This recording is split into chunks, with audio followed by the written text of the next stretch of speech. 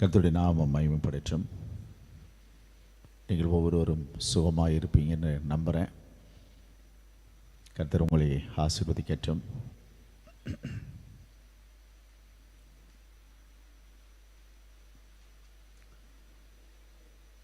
நம்முடைய தேவன் உன்னதமானவர். உன்னதமான காரியங்களை கர்த்தர் செய்யட்டும்.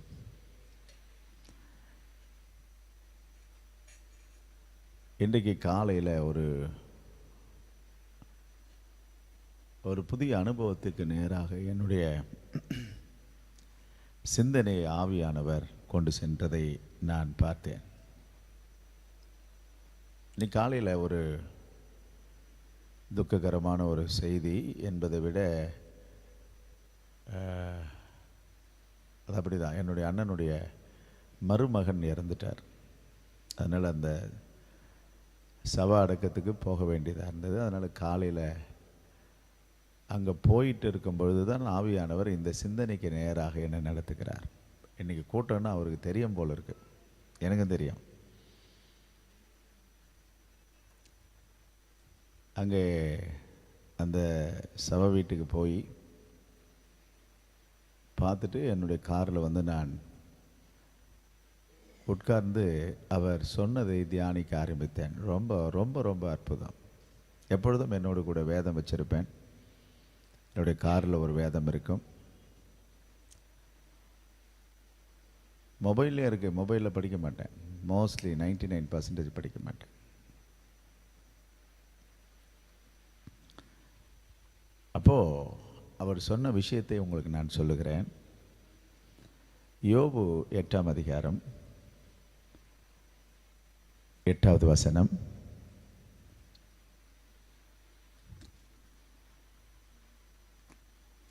வேதத்தை கைகளில் வைத்திருப்பவர்கள் எடுத்து வாசிக்க கேட்போம். ஆகையால் நீ முந்தின தலைமுறையாரிடத்தில்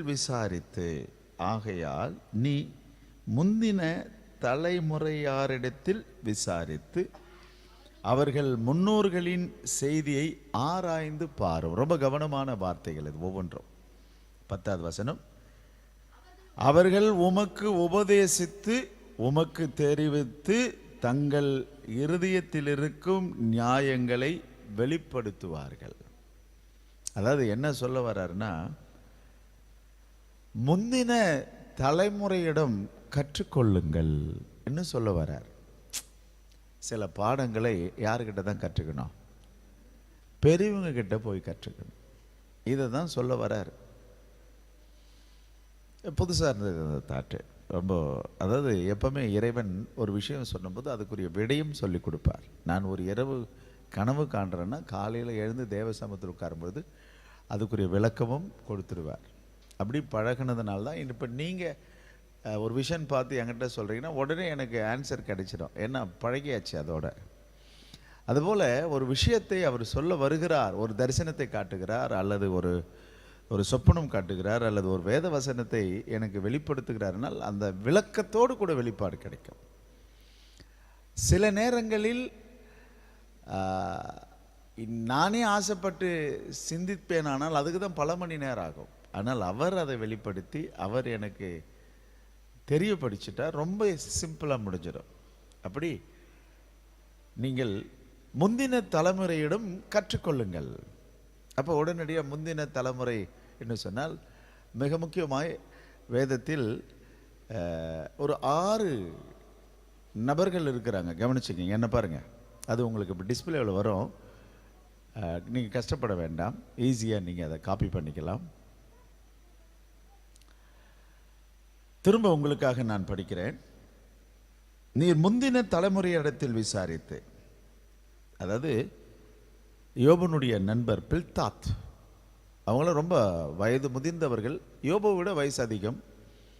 யோபு கஷ்டப்படும் பொழுது அவருக்கு ஆலோசனை கொடுக்கும் பொழுது சில ஆலோசனைகளை யோபுவுக்கு சொல்லும் பொழுது அவங்க சொல்கிறாங்க, நீ போய் யாருக்கிட்ட போய் கேளு, முந்தினவங்கிட்ட போய் கேளு, வாழ்ந்தவங்கிட்ட போய் கேளு, முந்தின தலைமுறையிடத்தில் போய் கேள், முன்னோர்களின் செய்திகளை ஆராய்ந்து பார். இன்னைக்கு நம்ம ஆராய போகிறோம். நீங்கள் தயாரா? முன்னோர்களின் செய்தியை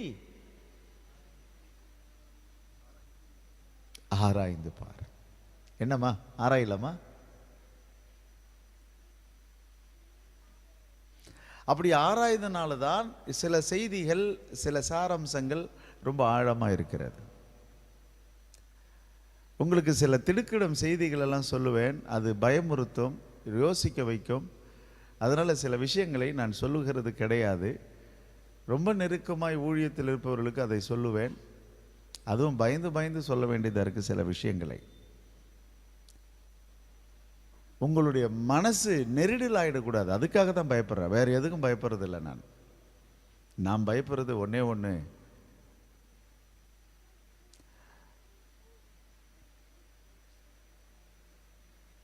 இந்த உலகத்தில் கடைசி பரியந்தம் அவருடைய கரங்களை பிடித்து கொண்டே போக வேண்டும், அவ்வளோதான், வேறு ஒன்றுத்துக்கு இல்லை. கடவுளுக்கு நான் பயப்படுறதில்லை, கடவுள் பேரில் அன்பாக இருக்கிறேன். பயம் இருக்குதுன்னு சொன்னால் தப்பு இருக்குதுன்னு அர்த்தம். உலகத்தில் போலீஸ்காரை பார்த்து பயந்தாருன்னா அவன் யார்? ஆமாம், இந்த சில லாரி, சில பைக்கெல்லாம் ரைட்டில் ஏறி போவான், அவன்லாம் யாருன்னு நினைக்கிறேன்?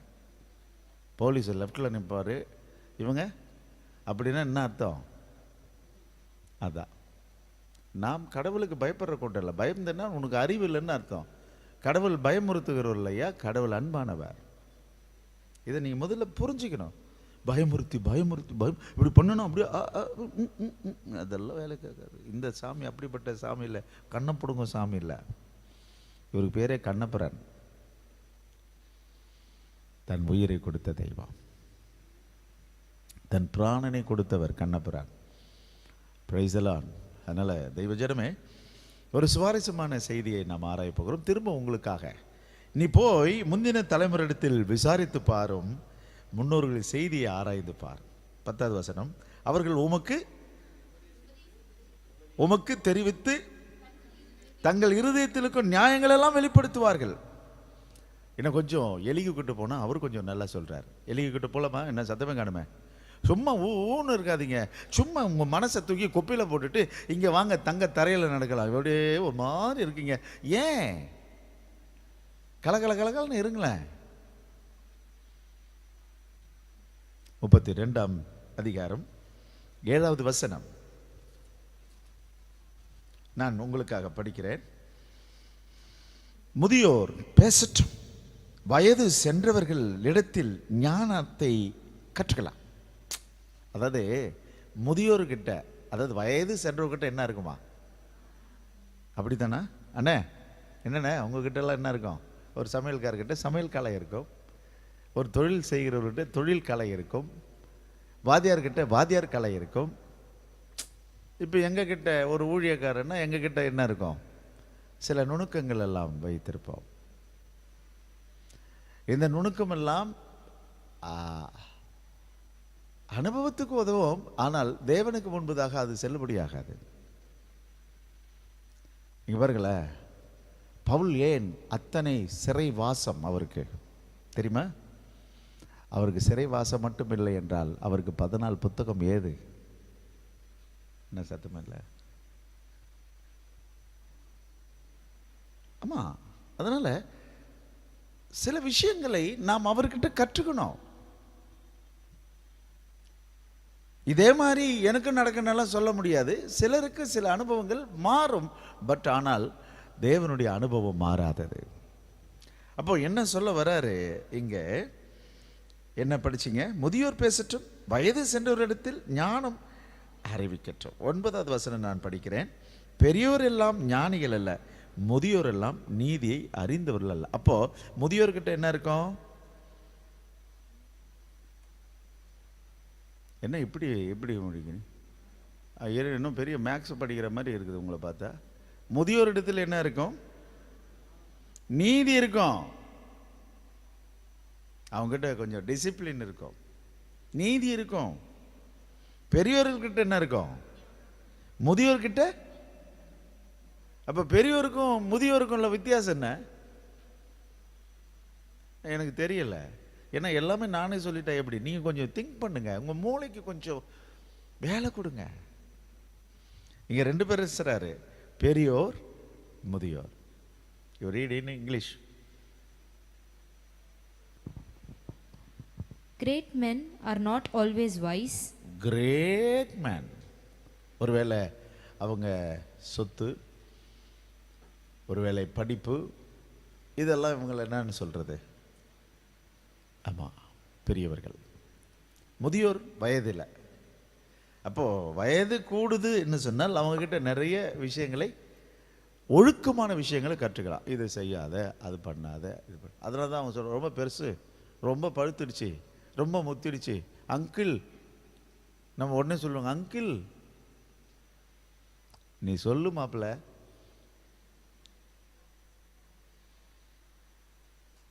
முதியோரிடத்தில் ஞானம், பெரியோரிடத்தில் மாற்றி பேசுகிறேன், பரவாயில்ல, நீங்கள் தெளிவாக தான் இருக்கீங்க. பெரியோரிடத்தில் ஞானம், முதியோரிடத்தில் நீதி. கரெக்டு தான். கொஞ்சம் திங்க் பண்ணுங்க. அப்படியானால் இவங்க இப்போ நம்ம போயிட்டு பெரியவங்க கிட்ட போகலாம், முதியோர்கிட்ட போகலாம். நீங்கள் அவங்ககிட்ட போனால் என்ன கிடைக்குதா? நீதி, ஞானம், பிறகு அவங்ககிட்ட சில ஒழுக்கங்கள், நுண்ண அறிவு கிடைக்கும். என்ன அறிவு? நுண்ண அறிவு, மைக்ரோ நாலேஜ். சின்ன சின்ன விஷயம் கூட அவங்ககிட்ட கிடைக்கும். ஆவிக்குரிய முதிர்ச்சி. இவைகளெல்லாம் யாருக்கிட்ட கற்றுக்கலாம்? தம்பி ரெடியா? இன்னும் ஒன்று தான் இருக்கா?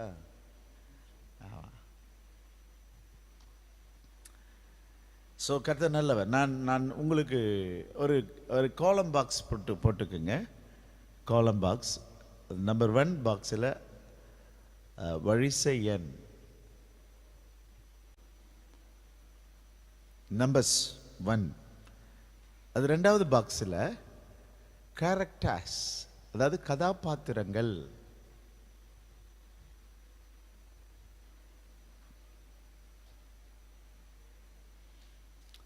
கதாபாத்திரத்துக்கு அடுத்த பாக்ஸில்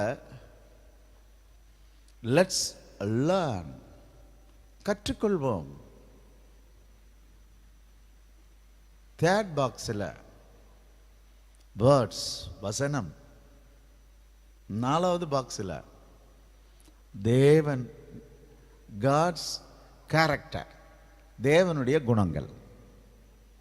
போட்டிங்களா? பாருங்க, எழுதியே பழக்கம். உங்களையும் எழுதி வைக்கிறேன். உங்களுக்கு டிஸ்பிளேவில் வரும். இன்னொரு சில வினாடிகளில் கிடைச்சிடும். அது உங்களுக்கு வசதியாக இருக்கும். தம்பி ரெடி ஆயிடுச்சா? அப்படியே டிஸ்பிளே பண்ணிவிடு. ஆன்லைன்லேயும் பண்ணிவிடுங்க, இங்கேயும் பண்ணிவிடுங்க, ஸ்க்ரீன்லேயும் பண்ணிவிடுங்க. ஆக வீடுகளில் இருக்கிறவங்க இந்த 4 பாக்ஸ் போட்டுக்குங்க. 1 2 3 4 5 பாக்ஸ் வருது இல்லை? 5 பாக்ஸ் வரும். இந்த ஃபைனலி ஒன்று கூட நீங்கள் இங்கிலீஷ் கூட போட்டுக்கலாம், இங்கிலீஷில் கூட நீங்கள் எழுதிக்கலாம், அது சேர்த்து எழுதிக்கலாம். ஓகே, இப்போ நம்ம எங்கே போகிறோம் சொல்லுங்கள் பார்ப்போம். என்ன இன்னைக்கு தலைப்பு என்ன கொடுக்கலாம்?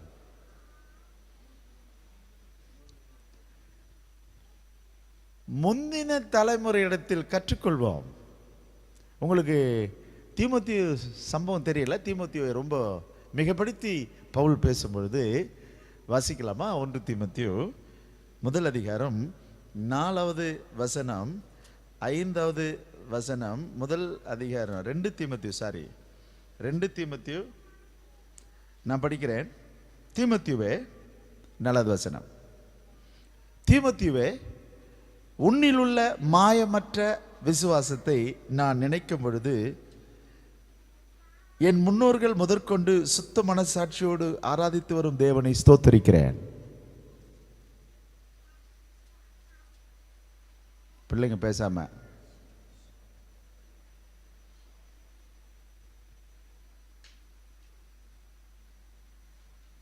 என்ன விசுவாசம்?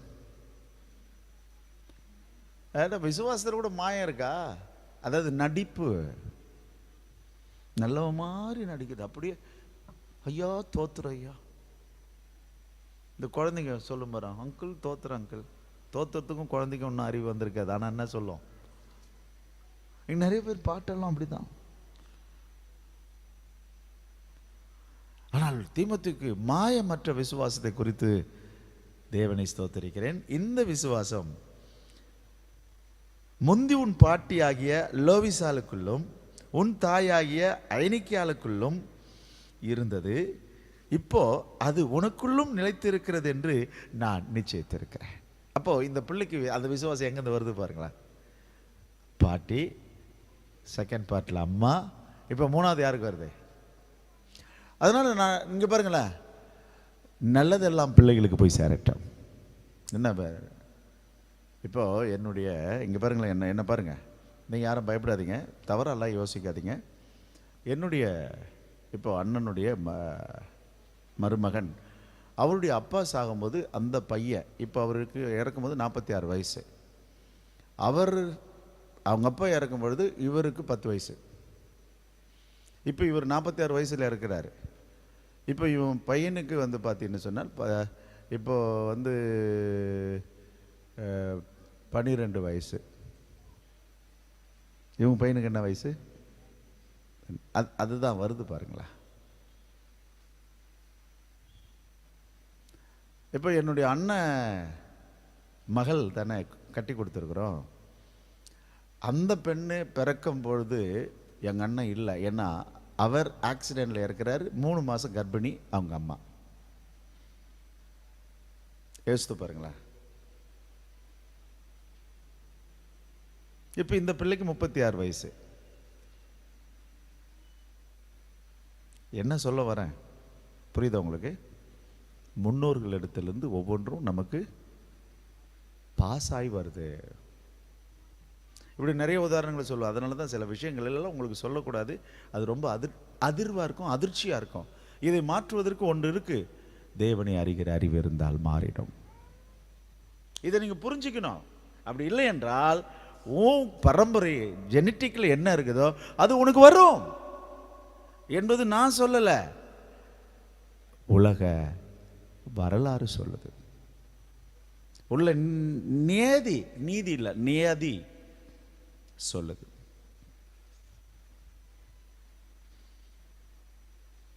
நிறைய விஷயங்களை இப்படி சொல்லுவேன் நான். அப்படியானால் நம்முடைய வாழ்க்கையை நெறிமுறைகளை அல்லது நம்முடைய வாழ்க்கையை நாம் சரி செய்ய அல்லது ஆசீர்வாதமாக்கிக் கொள்ள நாம் யாரை பார்க்கணும்? முன்னோர்களை பார்ப்போம். உங்க வீடுகளில் உள்ள முன்னோர்களை நீங்க இப்ப பார்க்காதீங்க, ஏன்னா நாம் ரட்சிக்கப்பட்டுட்டோம். ஆனால் நீ சரியான முறையில் ரட்சிப்பை பெறலைன்னா உங்களுடைய முன்னோர்கள் வாழ்ந்த வாழ்க்கை உனக்கு வரும். அதாவது ஒரு உதாரணம் சொன்னேன், உங்க அம்மா லவ் பண்ணி கல்யாணம் பண்ணுவா, நீயும் லவ் பண்ணி தான் கல்யாணம் பண்ணுவ. நீ பேருக்கு சர்ச்சைக்கு வருவ, ஆனால் உனக்கு அது வரும். ஆனால் தேவனை அறிகிற அறிவு வந்துட்டால் அதுலேருந்து எஸ்கேப் ஆயிடலாம்.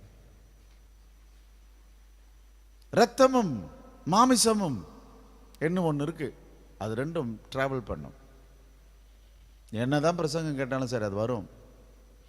ஆனால் இயேசு கிறிஸ்துவுடைய அன்பும் ரத்தமும் நம்முடைய வாழ்க்கையில குறுக்கிட்டு அது சிலுவை கிராஸ் பண்ணும் பொழுது நம்முடைய வாழ்க்கையும் பிரித்தெடுக்கப்பட்டோம். அல்லேலூயா. நேற்று யூத்துக்கு ரொம்ப லைவா எல்லா விஷயமும் சொல்லி கொடுத்தேன். கிஷோர் போட்டு தள்ளிட்டார் எல்லாரையும். அல்லேலூயா. வந்துருச்சா? செக் பண்ணிக்கிறேன். இன்னும் கொஞ்சம் ஜூம் பண்ணால் நல்லா இருக்குமா உங்களுக்கு? ஆமாம், கொஞ்சம் வாட்ச் பண்ணுங்க. ஜூம் பண்ணால் கொஞ்சம் உடையன்னு நினைக்கிறேன். 6 கேரக்டர் இங்கே வந்துருச்சு. கொஞ்சம் லைவில் போட்டு தம்பி. ஆமாம், உங்களுக்கு ஜூம் பண்ணிக்கலாம், பார்த்துங்க, கொஞ்சம் செக் பண்ணிங்க. அதனால தான் டார்க் ஒயிட்டில் போட்டிருக்கு. அந்த ஃபர்ஸ்ட் லைட் ஆஃப் பண்ணுங்க. டிவி லைட்டுன்னு இருக்கு பாருங்க, அங்கே டிவிஎல்ன்னு இருக்கு பாருங்க. எஸ், ஓகே, போதுமா? உங்களுக்கு கிளியராக இருக்கா? ஓகே. அப்புறம் வந்து எழுதிக்கங்க, ஒன்றும் கிடையாது உங்களுக்கு, அப்படியே இருக்கும். நீங்கள் பொறுமையாக கூட எழுதிக்கலாம். ஆன்லைன்லேயும் கிடைக்கும். ஆன்லைனில் கூட ரொம்ப பொடிசாக தான் இருக்குது. ஓகே, கிளியராக இருக்குன்னு நினைக்கிறேன். ஆன்லைனில் ஓகே கிளியராக இருக்குது, பளிச்சுன்னு இருக்குது ஆன்லைனில். Okay, no problem. கர்த்தருக்கு ஸ்தோத்திரம். ஓகே, இப்போ நீங்கள் பாருங்கள்.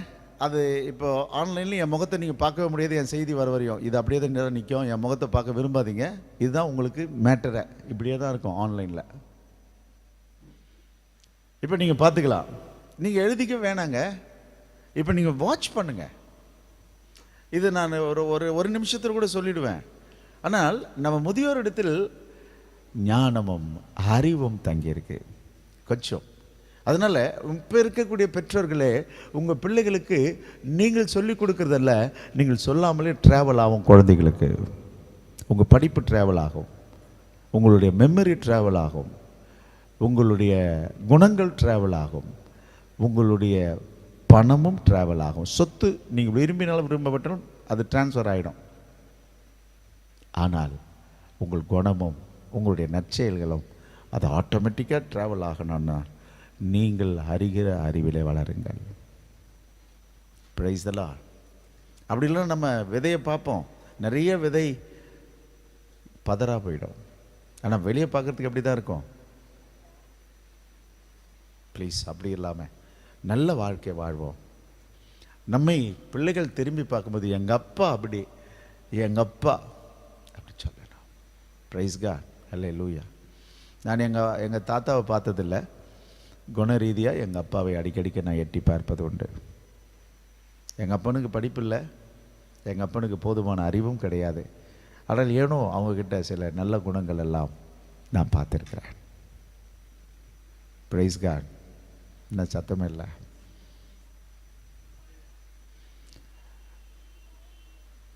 நான் எவ்வளோ போதிச்சாலும், எவ்வளோ பேருக்கு நான் வாதியாராக இருந்தாலும், ஆனால் நான் யாரை பார்க்குறேன்? அது ஒரு சில குணங்கள் அவங்ககிட்ட. ஓகே,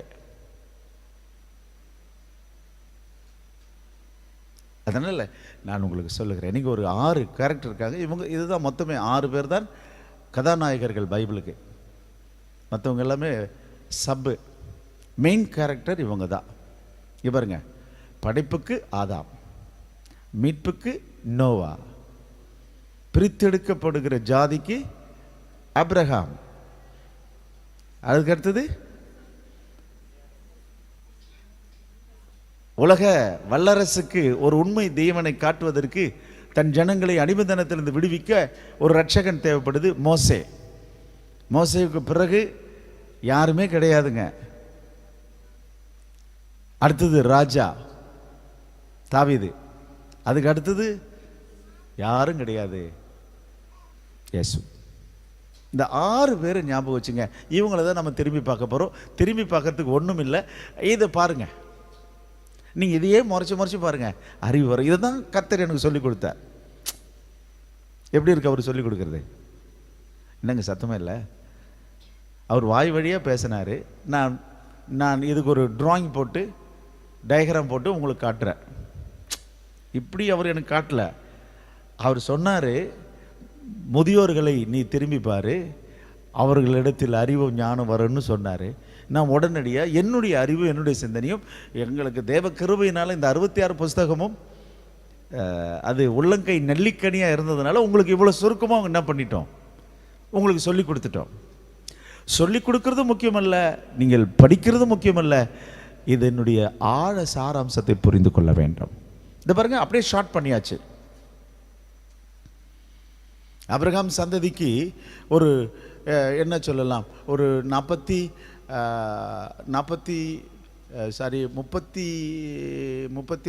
அதிகாரம் இருக்கு அவங்க ஃபேமிலிக்கு.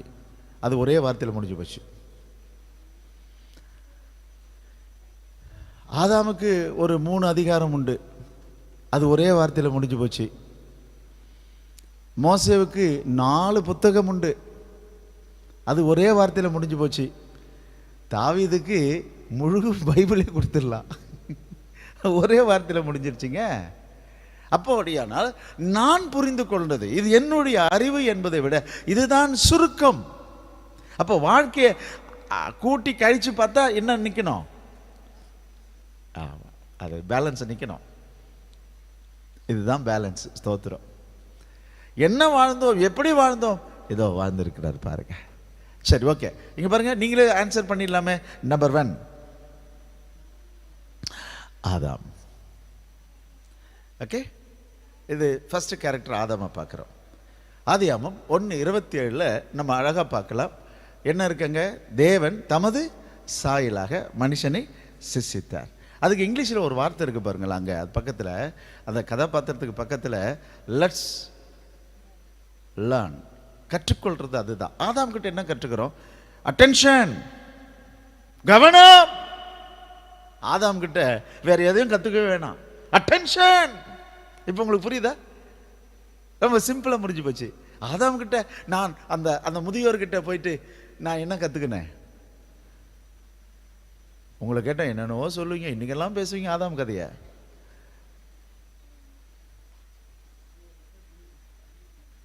அட்டென்ஷன், ரொம்ப கவனம். ஏன்னா நீ தேவனால் படைக்கப்பட்டவன். சபையே, விசுவாசியே, பரிசுத்தவான்களே, நீங்களும் நானும் மதத்தினாலோ ஒரு ஒரு ஒரு ஒரு என்னுடைய ஃபேமிலினாலோ நான் உருவாக்கப்படலை, தேவனால் உருவாக்கப்பட்டேன்.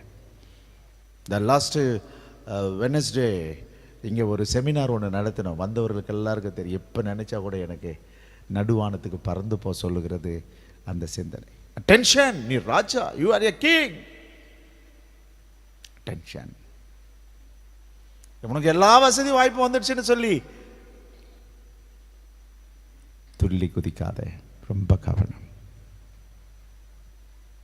உன்னை எதிர்க்கும் சக்திகள் பல. கவனம், ரொம்ப கவனம். அந்த அட்டென்ஷன் என்ன பார்த்துட்டு அடுத்தது ரெஃபரன்ஸ் பார்க்குறோம். அதுக்கு அடுத்தது என்ன பார்க்குறோம்? நீங்கள் பேச நோ நோ நோ, அங்கே அப்படியே ஒரு லைன் அப்படி போங்க. அடுத்த பாக்ஸில் என்ன இருக்கு? தேவனில் என்ன இருக்கு? சிருஷ்டிகர். அப்படியானால் ஆதாம் கிட்ட பார்த்தால் என்ன தெரியுது? படைப்பாளருங்க. என்னுடைய தேவன் யார்? சிருஷ்டிகர். ஆதாமுக்காக எல்லாவற்றையும் அவரால் உருவாக்கி கொடுக்க முடியும். எனக்காக யாவையும் செய்வார். நீ தெய்வத்தால் தெரிந்தெடுக்கப்பட்டு பிரித்தெடுக்கப்பட்டவர் உண்டானால் அவர் உனக்காக எல்லாம் செய்வார். ஆதாம், நீ எல்லாம் செஞ்சுக்கிட்டியா?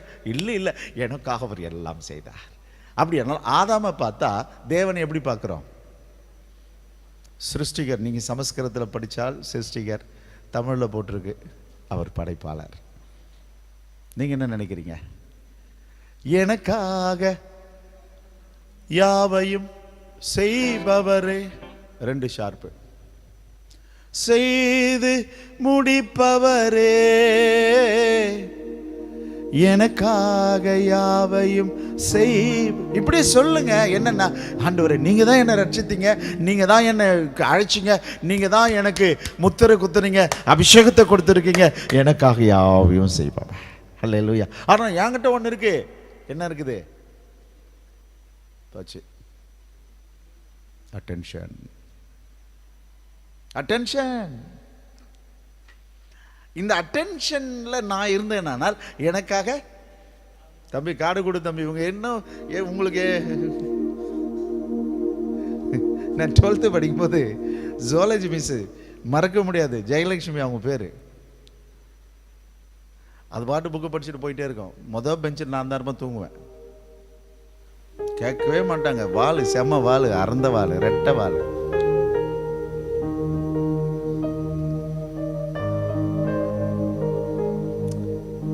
விளங்காதுங்க. நண்பர்களே, நான் உங்களுக்கு சொல்லுகிறேன், ஒரு விஷயத்தை சொல்றேன், கேட்டுங்க. ரொம்ப கவனம் வாழ்க்கையில். இது மாதிரி பிரசங்க நேரத்தில் கவனமா இல்லாவிட்டால் 0. அதனாலதான் உங்களுக்கு ரொம்ப சிம்பிளா ஒரு வார்த்தையா சொல்றேன். நான் அவரால் படைக்கப்பட்டுவேன், ஆனால் எனக்கு நிறைய ஐஸ்வர்யம் உண்டு, நிறைய ஆசீர்வாதம் உண்டு. அதை நான் இழந்துடாதபடி நான் எப்படி இருக்கணும்? கோவப்பட்டுறாத. கண்களின் நிச்சயில கவனம், மாம்சத்தின் நிச்சயில கவனம், விசுவாசத்தில் கவனம், எல்லாவற்றிலும் கவனம் இருக்கும். ஆதாம் கேட்கிறார், என்ன நான் போயிட்டு வரட்டுமா, பாய் பாய் கேட்கிறாரு. அவர் என்ன கொடுத்துடலாமா? இல்லை, சத்தமே இல்லை. ஆதாமின் தேவன் யார்? ஆதாமின் தேவன் யார்? எனக்காக யாவையும் செய்பவரே, செய்து முடிப்பவரே, என் பாரங்கள் என் சுமைகள், என் பாரங்கள் என் சுமைகள் உம் பாதத்தில் இறக்கி வைத்து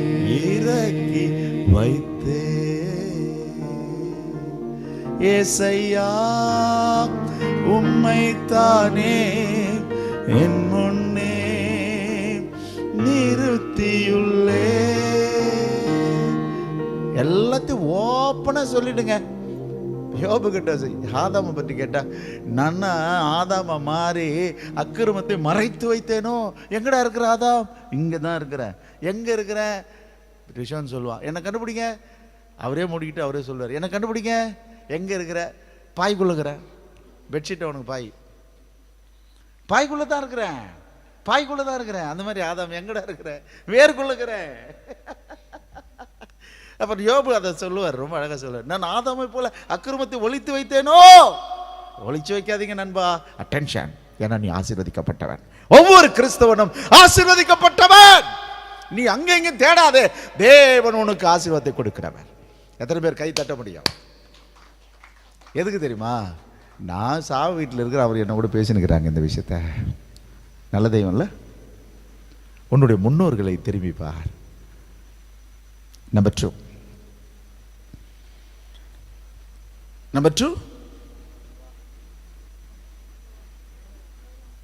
சொல்லுங்க.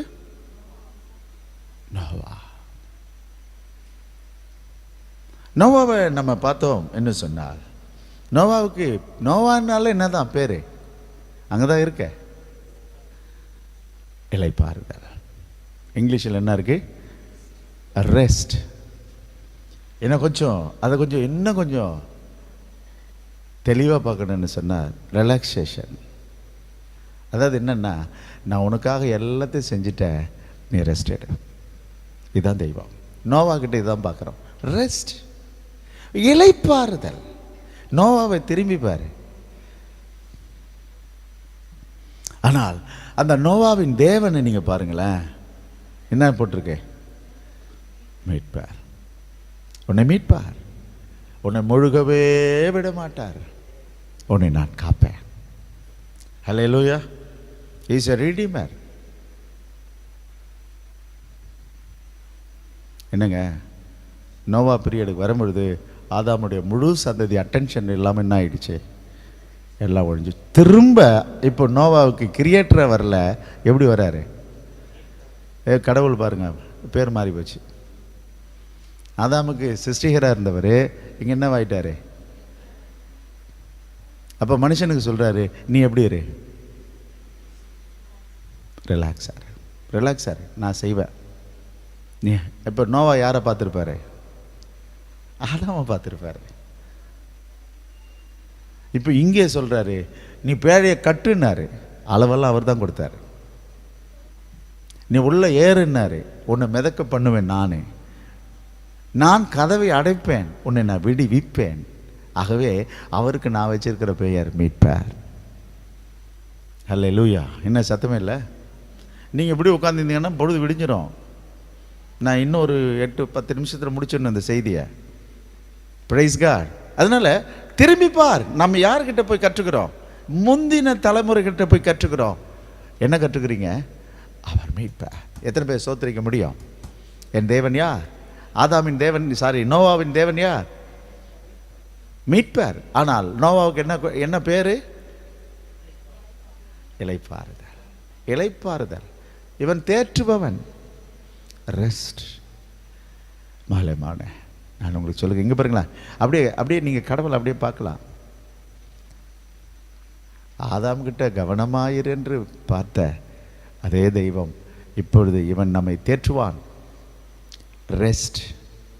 நான் சொல்லுவேன், ஏசு கிறிஸ்துவை பார்த்துட்டிங்கன்னா இங்கே பாருங்களேன், நீ மொட்டை அடிக்க வேணாம் நண்பா, எந்த பரிகாரம் கொடுக்க வேணாம், ரெஸ்ட்டு. ஹல்லேலூயா. அமாவாசை பார்க்க வேணாம், செத்தவங்களுக்கு சோறு கொடுக்க வேணாம், தாரை தப்பட்டு அடிக்க வேணாம், செத்த பிறகு மாலையும் கிடையாது, ஒன்றும் கிடையாது. தோத்துறோம். ஏன்னா அவர்கள் மரிக்கவில்லை, உயிரோடு இருக்கிறார்கள். Praise God. எதுவுமே கிடையாதுங்க இங்கே. ரொம்ப ஜாலியாக இருக்கலாம். எது ஜாலி? இது ஜாலியா இல்லை அது ஜாலியா? புரியலையே. எதுவும் கிடையாது. அங்கே செத்தவங்க சாமி ஆயிட்டான்னு சொல்லி மாலை போடுறாங்க. இங்கே சொல்கிறோம், இவர்கள் சாமியினிடத்தில் போய் சேர்ந்து சாமியாக மாறிவிட்டார்கள். ஹல்லேலூயா. அவரோடு கூட என்ன ஆயிட்டாங்க? ஒன்றாயிட்டாங்க. இவர் வணக்கத்துக்குரியவர்களில் வணக்கத்துக்குரியவரோடு கூட போய் சேர்ந்துட்டாங்க. ஆனால் அவங்க விட்டுட்டு போனது நாம் அனுபவிக்கணும், அவங்க குணங்கள், அவங்க ஊழியங்கள், அவருடைய சுபாவங்கள். Praise God. அதனால கிறிஸ்தவர்கள் மாலை போட்டுக்கிட்டு அழகு பார்த்துட்டு இருக்காத, வழி நடுக அவருக்கு பூ வீதி போட்டுக்கிட்டு அவர் நடந்து வருவாருன்னாலும் நினைக்காத. டைம் வேஸ்ட்டு, பணம் விரையும். இப்போ நான் உங்களுக்கு சொல்கிறேன், செத்தவங்களுக்கு என்ன போடாத, பூ தூவாத. இது என்ன சொன்னாலும் கேட்குறது. அந்த சாவில் நீங்கள் பண்ணுற அட்டகாசம் இருக்குது. ஐயோ, யார் யார் நடக்கிறா அந்த சாவில்? அவ்வளோ எத்தனை ஆயிரத்தை செலவு பண்ணுறோம். உதிரி பூக்கள். ஏன் அதுக்கு ஒரு கதையெல்லாம் கற்பனையெல்லாம் சொல்லுவாங்க. சாரி, அப்படியெல்லாம் கிடையவே கிடையாது. நண்பர்களே, என் அன்பு தெய்வ ஜனமே, அப்படி இல்லைப்பா. திரும்பி பாருங்கள் முன்னோர்களை. அதனால் நான் நம்புகிறேன். அதனால் ஒருவேளை உங்களுக்கு முன்னாடி நான் போயிட்டேன்னா மாலையெல்லாம் வாங்கிட்டு வந்துடாதீங்க. என்னை முறைச்சி பாருங்க, அறிவு வரும். அல்லேலூயா. ஆமாம், செஞ்சிடாதீங்க, கொண்டு வராதிங்க. நல்லா இல்லை, அது நல்ல வேலை, அது சாமி கிடையாது. நீ கும்பிடணுமே, நீ பிணத்தைய கும்பிடுவ, அது பிணம். நான் உயிரோடு இருக்கிறேன், சத்தமே இல்லையா? நீங்களும் இப்போ சொல்லி வச்சுருங்க. இப்போவே அது என்னைக்கு இருந்தாலும் வரும், முன்னாடி சொல்லி வைங்க. என்ன சத்தமே இல்லை? அது மட்டும்தாங்க நிச்சயம். வேறு என்ன நிச்சயம் இருக்குது? அதுதான் நிச்சயம் மனுஷனுக்கு. வரீங்களா? ரொம்ப சைலண்டாக இருக்குது. பின் ட்ராப் சைலண்ட், ரொம்ப சிந்திக்க வைக்குதோ. மூணாவது போயிடலாமா? மூணாவது நேரம் இல்லை. மூணாவது சொல்லு, நீங்களே சொல்லிடுங்களா? அதுதான் ஸ்க்ரீனில் தான் இருக்கேன். ஆப்ரஹாம். இப்போ ஆப்ரஹாம் நம்ம பார்க்கும் பொழுது உங்களுக்கு தெரியும், ஏசாயா 41:8 ஆபிரகாமின் சந்ததி என் சிநேகிதனுடைய சந்ததின்னு வரும். அப்போது ஆபிரகாமை நம்ம கூட்டி கழிச்சு பார்த்தோம்னா அவர் தான் விசுவாசத்தில் வல்லவன். அப்போது ஆபிரகாமுக்கு இங்கே நாம் கற்றுக்கொள்கிறது என்ன? கடவுளுக்கு சிநேகிதனாக இருக்க முடியும். எப்படி சிநேகிதனாக இருக்க முடியும்? சொல்லி இங்கே பாருங்களேன், அவர் சொல்கிறத விசுவாசத்தான் சிநேகிதன். ஆபிரகாம் வயசு என்ன? ஐயா 100 ஐயா. குழந்தை பிறக்கும். அது எப்படி பிறக்க போதே? இந்த அம்மா 18ஆம் அதிகாரம் தான். ஆமாம் 18. நான் கேள்வி, உடம்பெல்லாம் தளர்ந்து போச்சு, என் கர்ப்பமெல்லாம் செத்து போச்சு.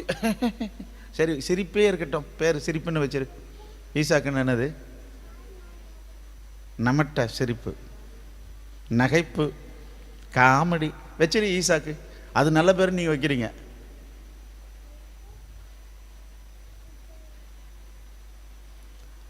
தமிழில் அவனுக்கு பேர் ஜெகதீஷ்னு இருக்கும். ஜெகத்தை ஆளுபவ கடவுள். ஜெகதீஷ் வேணாமா? ஆனால் என்ன வேணுமா? காமெடி. ஏன்னா பைபிள் இருக்குதே. யோசித்து பாருங்க, கொஞ்சம் நம்ம புரிஞ்சுப்போம். சரி, வரீங்களா இல்லையா? இருக்கீங்களா? ஆபிரகாம் கிட்ட நம்ம போகிறோம். என்ன இருக்குங்க? என்னங்க அவங்க வீட்டில் என்னங்க இருக்குது? அவர்கிட்ட என்னங்க இருக்குது? சிநேகிதன். ஒரு சிநேகிதன் சும்மா வந்துடாதுங்க, அவரை விசுவாசிக்க. அது கூட என்ன விசுவாசிக்க? இல்லாத விசுவாசிக்காதீங்க, அவர் சொல்றதை விசுவாசிங்க. இதோ நான் இப்போ சொல்றேனே, இதை நம்புங்க. உங்களுடைய குணத்தையும் உங்களுடைய வாழ்க்கையும் அடுத்த சந்ததிக்கு விட்டுட்டு போங்க. இதை நம்புங்க. உங்கள் முன்னோர்களை திரும்பி பாருங்க. இப்போ ஆபிரகாம் எப்படி இருக்கிறாரு? சிநேகிதன். இருக்கா? 41:8 இருக்கா ஏசாயாவில்?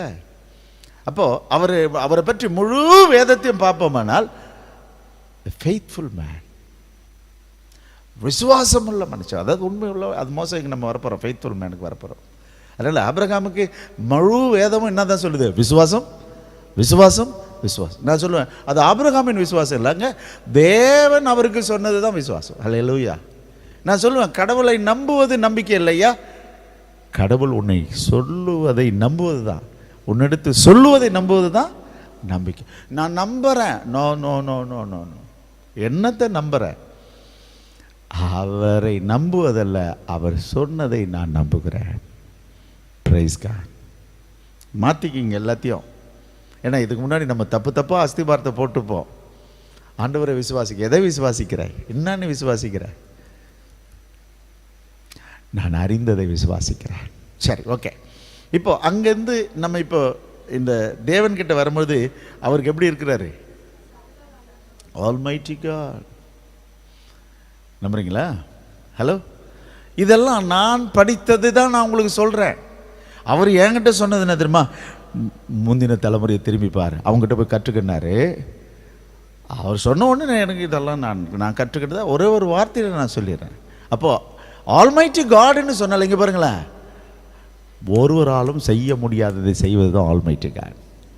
ஹல்லேலூயா. இது யாரால செய்வே? அதாவது இங்கே பாருங்களேன், டெஸ்டி பேபி இப்போல்லாம் கருத்தரு மையம் வச்சுருக்காங்களே, அங்கே கூட பார்த்தீங்கன்னா அந்த அந்த அந்த கருவில் ஒரு முட்டை ஆகிலும் இருக்கணும், அப்படின்னா தான் அது. ஆனால் எதுவுமே கிடையாது. அவர் தான் ஆல்மைட்டி காட். ஒன்றுமில்லாததுலேருந்து ஒன்றை அவரால் உருவாக்க முடியும். ஹல்லேலூயா. காடு கொடு தம்பி, எஃப் ஷார்ப் மைனர். நடக்குமா நடக்காதா என ஏங்கி போயிருந்தேன், ஒரு அற்புதம் நடக்காதா என சோர்ந்து போயிருந்தேன். என்ன பாட மாட்டேன்றீங்க? என்ன தம்பி பாடு தம்பி. நடக்குமா நடக்காதா என சோர்ந்து போயிருந்தேன், ஒரு அற்புதம் நடக்காதா என ஏங்கி போயிருந்தேன். நான் நினைத்திடா வேளையில் அற்புதம் செய்தீரே, யாரும் நினைத்திடா வழியிலும் அற்புதம் செய்தீரே. அதாவது நீங்களே நம்பி நீங்களே கெட்டு போறது தான் விசுவாசம். யாரும் ஒன்று இப்படி நம்பி கடவுள் கூட கைவிட்டார், என்னத்தை நீ நம்பின அதெல்லாங்க. அவர் உன்னை நம்ப பண்ணினதை நம்பு, அவ்வளோதான் நடக்கும். அல்லேலூயா. எனக்கு சொன்னாருங்க, செய்வார், அவ்வளோதான். ஸ்தோத்திரம். கர்த்தர் நல்லவர். போலான்னு நினைக்கிறேன். அடுத்தது போயிடலாமா? என்ன சத்தமே இல்லையே. நாலாவது போயிடலாமா? நேரம் இல்லை நண்பர்களே. என்ன சொல்கிறீங்க? த ஃபோர்த் ஒன் சொல்லுங்களா, நீங்களே படிச்சிருங்களா? மோசே.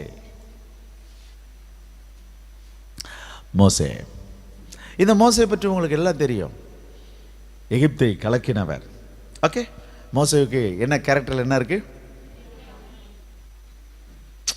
என்ன, அவன் 12:7 அவங்க குடும்பத்தெல்லாம் கூப்பிட்டாரு. அவங்க அண்ணன், அவங்க அக்கா மீரியாம, அண்ணன் ஆரோன். என்ன அவனை பற்றி ஒரே கிளட்டாக நடக்குது குடும்பத்தில். அவன் யார் தெரியுமா? உண்மை உள்ள மனுஷன். அப்போ மோசேவை கூட்டி கழிச்சா என்ன இருக்குது? அவன் நீங்கள் என்ன ஒன்றாலும் சொல்லலாம், ஆனால் அவருக்கு நான் பார்க்கறது என்னதான் உண்மை. அதனால தான் அந்த காடுகிட்ட போகும்பொழுது என்ன வருதுங்க, எகிப்தில் போய் அவர் ஒருவரே கடவுள், அவர் உண்மையுள்ள கடவுள்னு ப்ரூவ் பண்ணார்.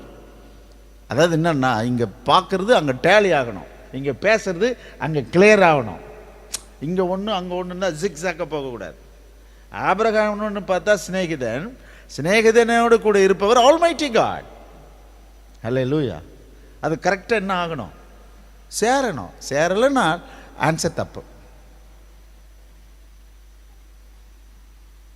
வகுத்து பார்த்து பெருக்கி பார்த்தால் ஆன்சர் கரெக்டாக இருக்கணும். சரி, என்னோட கூட இப்போ. அதனால் மக்களை, truthful man, truthful God. Okay, அப்போது இவர்கிட்ட நான் கற்றுக்கொள்கிறது உண்மையை கற்றுக்கொள்கிறேன். நீங்கள் என்னென்னவோ கற்றுக்கலாம், ஆனால் இந்த அதாவது ஆறாம் நாள் உருவாக்கப்பட்ட மனிதனுக்கு 6 அறிவு இருக்கணுன்றதுல இந்த 6 தான் அது. புரியுதா? இந்த அறிவு இருந்தால் நீ பகுத்தறிவாள. 7வது ஒரு அறிவு வரும். என்ன தெரியுமா? என்னை அறிந்தால் நான் அறிஞ்சிக்கிட்டேன் நான் யாருன்னு. அல்லேலூயா.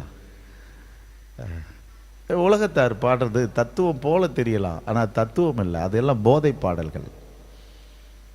நம்ம பாடுறது இப்போ போதனை பாடல்கள். சத்தமே. சரி, ஓகே, வாங்க என்னோட கூட. த ஃபோர்த் ஒன், உண்மையுள்ள மனிதன், உண்மையுள்ள கடவுள். த ஃபிஃப்த் ஒன், தாவீது. நீங்கள் இந்த சங்கீதத்தை கண்டிப்பாக படிச்சாகணும். சங்கீதம் 87 9:35 37 வரை உடன்படிக்கை. இங்க பாருங்களேன், அவனை கூட மிகப்பெரிய ஒரு உடன்படிக்கை. இங்க பாருங்களேன், இதெல்லாம் உலகத்தில் நம்ம பார்க்குறோம். ஆனால் தாவீது கிட்ட வரும்பொழுது கடவுள் என்னவா தெரிகிறார் அவனுக்கு? கிங் ஆஃப் கிங், ராஜாடா. இது வரைக்கும் யாருக்குமே ராஜான்னு வெளிப்படவே இல்லை. ஆமாம், நான் உண்மை உள்ள கடவுள் மோசேக்கு சொன்னார். ஆமாம், நான் மீட்பர் நோவாவுக்கு சொன்னார். நான் சிருஷ்டிகர்னு சொன்னார். ஆனால் இங்கே ஆபிரகாமுக்கு வரும்போது சர்வ வல்லவர்னு பார்க்குறோம். ஆனால் இங்கே வரும்போது எப்படி இருக்கு? ராஜா, கடவுள் என்னவா மாறிட்டாரு. ஆனால் தாவீது யாரு? ஆடு மேய்க்கிறவங்க, ஆடு மேய்க்கிறவங்க. கரவல் ஆடுக்கு பின்னே போனவனை தலைவனாக மாற்றுகிறார். ஹல்லேலூயா. என்ன சத்தமே காணுமே. அவர் தாவீதின் வேர், அவர் தாவீதின் சிங்காசனத்தில் உட்காருகிறவர். அப்படியானால் இங்கே நம்ம பார்க்குறோம் தேவனுடைய கேரக்டர் வைஸில் நம்ம இங்கே பார்க்கும்போது அவர் ராஜாதி ராஜா, king of king. Praise God, hallelujah. உடன்படிக்கையின் தேவன். தாவீதோடு கூட உடன்படிக்கை அக்ரிமெண்ட் போட்டு, இங்கே பார் தம்பி, நீ இருக்க வரையும் உன் ராஜ்யம், உன் சிங்காசனம் நிலைத்திருக்கும், உன் பிள்ளைகளுக்கும் பிள்ளைகளும் இருப்பார்கள். அப்படியானால் இயேசு கிறிஸ்து கால வரையும் அந்த சிங்காசனம் அப்படியே நிலைத்திருக்கும். அது கடவுள் பாருங்கள் எப்படி எல்லாம் வராரு பாருங்களேன். நான் முடிக்கிறேன். அதனால் நான் இப்போ திரும்பி தான் பார்க்குறோம் யாரை? நம்முடைய முன்னோர்களை. அவங்கக்கிட்ட அறிவும் ஞானமும் புத்தியும் கிடைக்கும். அப்போது தேவனையும் பார்க்குறோம், மனுஷாளுடைய குணங்களையும் பார்க்குறோம், மனுஷனையும் பார்க்குறோம். சரியா? ஸ்தோத்திரம். அப்போது பேர் அப்படி பார்க்குறோம், அப்போ அவங்க வாழ்ந்த வாழ்க்கை பார்க்குறோம். அப்போ தாவீதுக்கு என்ன இருக்குது? உடன்படிக்கை. அப்போது இந்த பாருங்களேன், அந்த ஞானஸ்நானம் எடுக்கும்போது அந்த உடன்படிக்கை இருக்கு பாருங்களேன், அதில் தெளிவாக இருங்க. நீங்களும் நானும் அந்த ஆதாம் படைக்கும் பொழுது இங்கே பாருங்க மனுஷன், ஆனால் அவர் ராஜா. அது ஞாபகம் வச்சுக்கங்க. எல்லாவற்றையும் படைத்து இவங்கிட்ட தான் கொடுத்தாரு. படைப்புகள் எல்லாம் கடவுளை பார்க்கல, ஆதாமை தான் கடவுளை பார்த்தது. இதை நீங்கள் பார்த்துக்கணும். அப்படியே உல்ட்டாவாகிப்போச்சு. ஆதாமை தான் யாரை காட்டணும்? கடவுளை காட்ட முடியும். ஆனால் சிருஷ்டிகளுக்கு யார் தெரியாது? கடவுள் தெரியாது. அதனால தான் இங்கே தப்பாகிப்போச்சு. ஆனால் அந்த மெய்யான கடவுள் வார்த்தையானவர் பூமிக்கு தன்னை வெளிப்படுத்தி நமக்கு கொடுத்தார். இன்றைக்கு நாங்கள் காட்டுகிறோம். அந்த கடவுளுக்கு பெயர் நற்செய்தி. என்ன சத்தமே இல்லை? Good news. உலகமெல்லாம் குட் நியூஸ்ன்னு சொல்லி, மாப்பிள்ள இந்த தண்ணி அடி என்னது, கொஞ்சம் வா காமெடி போகலாம், கொஞ்சம் சினிமா, எதுக்கு துக்கமாக்குற, கொஞ்சம் அப்படி போகலாம் இப்படி போகலாம், சரி விட்டுடு, இன்னொரு கல்யாணம் பண்ணிக்கலாம். நோ, இதா உலகம். நாங்கள் குட் நியூஸை சொல்லுகிறோம். கடவுளுக்கு, எங்கள் கடவுளுக்கு பேர் என்னது? இங்கிலீஷில் சொல்லுங்கள். அது சமஸ்கிருதத்தில் சொல்லுனா சுவிசேஷம். தமிழில் நல்ல செய்தி. குடுகுடுப்புக்காரன் தான் சொல்லணுமா நல்ல செய்தி? நல்ல செய்தின்னு கலெக்ஷனுக்கு வரான். நாம் சொல்லுவோம்யா நல்ல செய்தி, ஆனால் சொல்ல மாட்டேன்றமே. உனக்கு கிடைத்திருக்க அந்த ஞாயிற்றுக்கிழமை கூட ஒரு நல்ல செய்தி சொல்ல மாட்டேன்றியே. கொத்து கொத்தாய் மக்கள் மடிக்கிறார்கள். நல்ல செய்தி சொல்லுங்க, ஏனால் வாழ்வு இயேசுவால் மட்டும்தான் கொடுக்க முடியும். சரி, ஓகே, ஃபைனலி வந்துட்டோன்னு நினைக்கிறேன். வந்துட்டுமா? என்ன சத்தம் இல்லை? வரலையா? வந்துட்டுமா? அப்போ கடைசியில் மனித அவதாரம் எடுத்து வந்த கடவுள் மனிதனாக தெரிகிறார். என்ன பேரில் வர்றார் கடவுளே? இயேசு என்ற பேரில் வருகிறார். அவருக்கு என்ன குணம் இருக்கு? ஒன்று மைனர் கொடு தம்பி. இயேசுவே உம்மை போலாக வாஞ்சிக்குதே என் உள்ளம், பாவம் அறியாமல் பாவமே செய்யாமல் பாரினில் ஜீவித்தீரே, பாவம் அறியாமல் பாவமே செய்யாமல் பாரினில் ஜீவித்தீரே, பரிசுத்த உம்மை போல் ஜீவிக்கவே, பரிசுத்த உம்மை போல் ஜீவிக்கவே பலமதை தாருமையா, உந்தன் பலமதை